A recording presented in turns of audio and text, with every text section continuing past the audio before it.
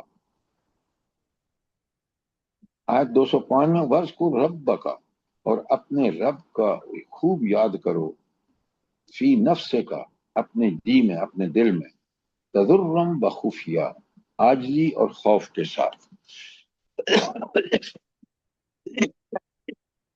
اچھا آپ مجھے یہ بتائیں کہ یہاں اللہ تعالیٰ کیوں کہہ رہے ہیں کہ انسان جب رب کو پکارے یا رب کا ذکر کرے عاجزی اور خوف کے ساتھ؟ اس کیا مطلب ہے اس کا؟ جلدی بتائیں۔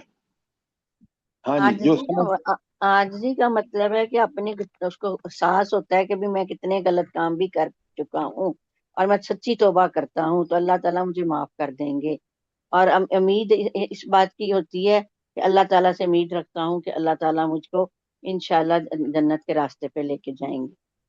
اچھا آپ بڑے غور سے سنیں، عاجزی کا مطلب ہے کہ آپ اس کو اس رب کا کلام سمجھ کے کہ جس کی ہر بات حق ہے، ایک عاجز بندے کی طرح سنیں، کہ اس کو پورا قبول کر کے اور اس کو عمل کر کے آپ اللہ سے کا شکر ادا کریں، یہ ہے عاجزی کا مطلب۔ اور اس کے بعد کہا خوف، کہ اگر میں نے نافرمانی کی نعوذ باللہ تو میں جہنم میں جاؤں گا، دنیا میں بھی ذلیل اور آخرت میں بھی ذلیل۔ تو اس لیے جب آپ اس طرح ذکر کرتے ہیں عاجزی کے ساتھ اور خوف کے ساتھ، پھر آپ واقعی اس ذکر کا حق ادا کرتے ہیں، ورنہ تسبیح اٹھائی اور لوگوں کو دکھانے کے لیے اس کو باتیں بھی کر رہے ہیں اور تسبیح بھی چل رہی ہے، یہ سب چیزیں غلط ہے۔ کیوں؟ اس سے ہدایت نہیں ملتی، بلکہ ایک جھوٹا، اللہ تعالیٰ خود قرآن میں کہتے ہیں کہ اس طرح کی کوئی چیز جو ہے، ریاکاری جو ہے، وہ سخت اللہ کو ناپسند ہے۔ تو ذکر کرو خوف کے ساتھ کہ اگر میں نے اس پر عمل کیا قرآن پر تو مجھے اللہ ضرور بہتری عطا فرمائے گا، رحمتیں ایسی نازل ہوں گی، اور اگر میں نے خلاف کیا۔ یہ تھی آیت 205۔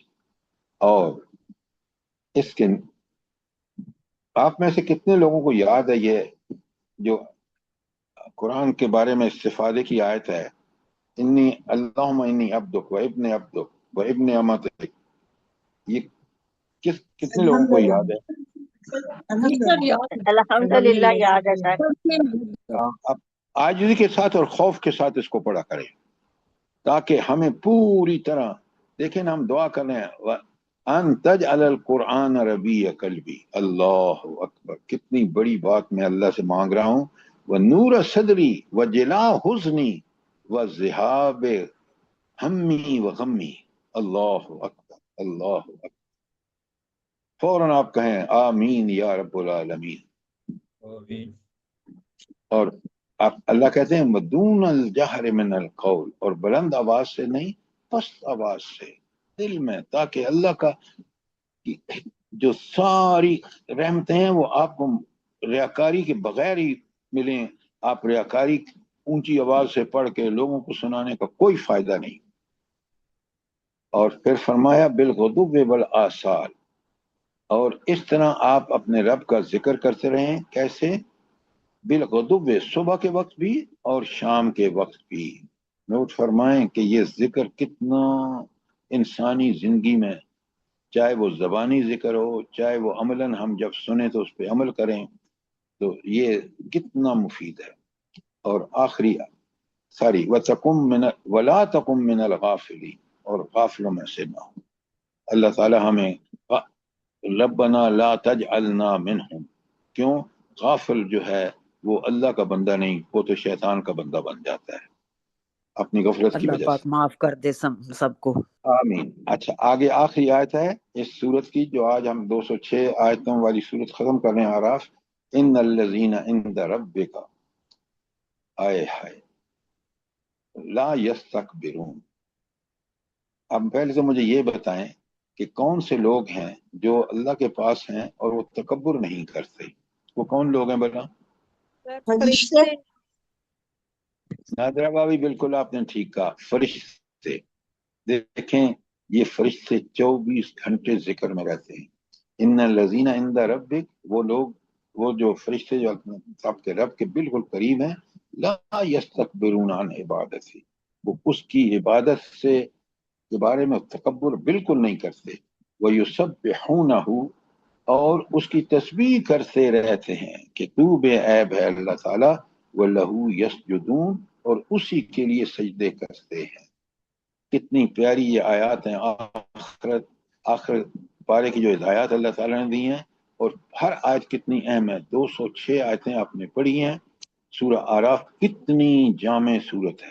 اللہ تعالیٰ مجھے بھی اور آپ کو اس کو پڑھنے سمجھنے، 6 قوموں کا ذکر ہے کہ کس طرح تباہ ہوئی، اور عبرت کا سبق ہے کہ ہم اللہ کے دین اور نبی کریم صلی اللہ علیہ وسلم کی لائی ہوئی کتاب کو پوری طرح اس کو ہدایت حاصل کریں اس سے، تاکہ ہمیں اللہ کی تائید اور نصرت حاصل. آمین ثم آمین. سر اللہ پاک آپ کو بھی بہت خوبصورت جزائے خیر دے. جزاک اللہ. اچھا، کل آپ سے میں، جو سب لوگ سن لیں، کل ہم مکی دور کریں گے سیرت کا، اور پڑھ کے آئیے. میں نے اتنے ہینڈ آؤٹ آپ کو بھیجے ہیں، اس میں سے مکی حصہ پوری طرح پڑھ کے آئیے، تاکہ کل آپ سمجھیں، سوال کر سکیں. اور سیرت کے بغیر قرآن کو نہیں سمجھا جا سکتا. کیوں؟ انشاءاللہ سر اللہ پاک سب کو توفیق دے. قرآن آیا ہی نبی کے ساتھ ہے، اور نبی نے عمل کر کے دکھایا ہے. حضرت عائشہ رضی اللہ تعالیٰ عنہ سے کسی نے پوچھا نا کہ نبی کریم صلی اللہ علیہ وسلم کے اخلاق کیسے تھے، تو پتہ ہے انہوں نے کیا جواب دیا؟ آپ کو نہیں پڑھا. قرآن نہیں پڑھا، آپ کا اخلاق بالکل ایسا تھا جیسا قرآن ہے. تو کل ہم نے ربیع الاول کا مہینہ ہے، نبی کریم صلی اللہ علیہ وسلم کی پیدائش کا مہینہ ہے، تو کل ہم کل سیرت کا مکی دور، اور پھر اگلے 2 دن میں مدنی دور. اللہ تعالیٰ مجھے بھی اور آپ کو نبی کریم صلی اللہ علیہ وآلہ وسلم کے نقش قدم پر چلنے کی توفیق عطا فرمائے. آمین آمین ثم آمین. اللہ پاک ہم سب کی دعاؤں کو قبول کر لے، اور ہم لوگوں کا بیٹھنا قبول کر لے پروردگار، اور دین کے راستے پہ چلنے کی توفیق دے ہم لوگوں کو بھی، اور ہم لوگوں کی اولادوں کو، تمام دنیا کے مسلمانوں کو، اور ہم لوگوں کی دعاؤں کو قبول کر لے. جزاک اللہ. اگر کوئی سوال نہیں ہے تو ہم اللہ سے دعا کرتے ہیں. ایک کامنٹ تھا. السلام علیکم، عماد بات کروں. جی حکم. یہ سورہ یونس کی آیت 57 اور 58 قرآن کی عظمت کے بارے میں ہے کہ یا ایھا الناس قد جاءتکم موعظۃ من ربکم وشفاء لما فی الصدور وہدی ورحمۃ للمؤمنین. لوگوں تمہارے پاس تمہارے رب کی طرف سے نصیحت آ گئی ہے، یہ وہ چیز ہے جو دلوں کے امراض کی شفا ہے، اور جو اسے قبول کر لیں ان کے لیے رہنمائی اور رحمت ہے.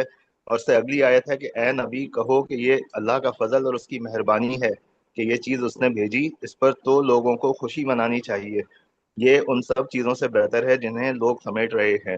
تو پچھلے ہفتے میں امریکہ میں جمعے کا خطبہ سن رہا تھا، انہوں نے اس آیت کی بیس پہ وہ جسٹیفیکیشن دی تھی کہ جو 12 ربیع الاول پہ جلوس اور خوشی منانا کہ اس سے ثابت ہوتا ہے.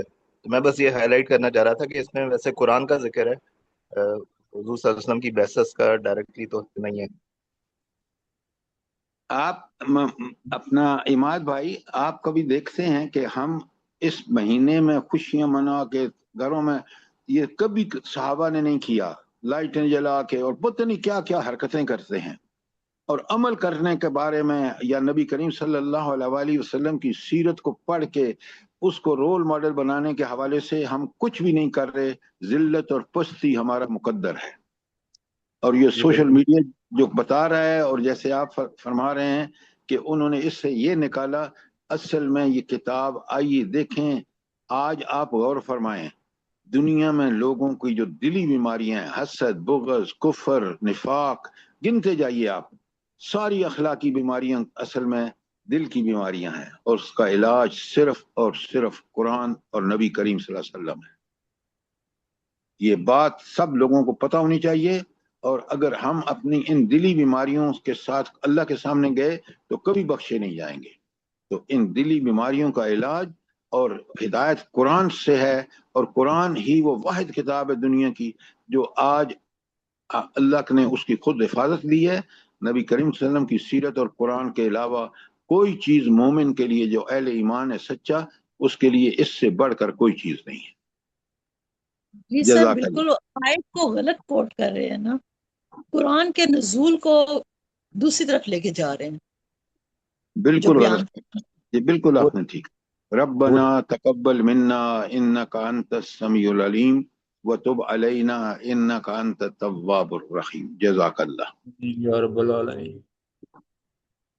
جزاک اللہ خیر سر. اللہ پاک آپ کو صحت تندرستی دے، آپ کی تکلیف کو آسان کرے، اور ہم سب کا بیٹھنا قبول کر لے پروردگار. ہم لوگ اللہ کے بہت گناہ گار بندے ہیں، بہت کوتاہیاں ہوتی ہیں ہم لوگوں سے.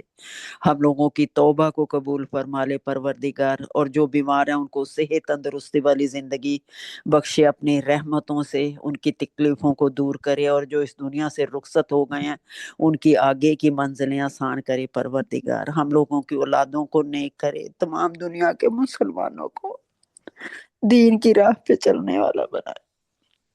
آمین. جزاک اللہ.